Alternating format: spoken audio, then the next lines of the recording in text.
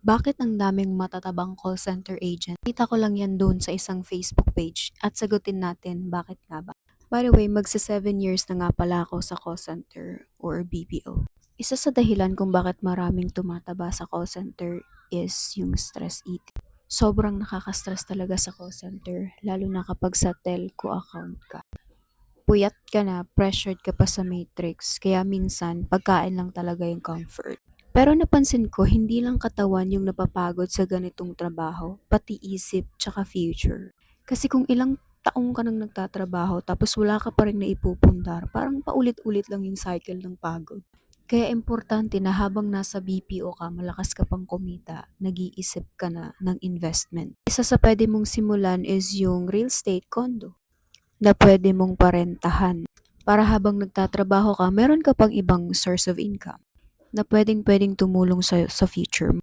Kung BPO ka din at gusto mong may napupundar, comment info or message mo lang ako.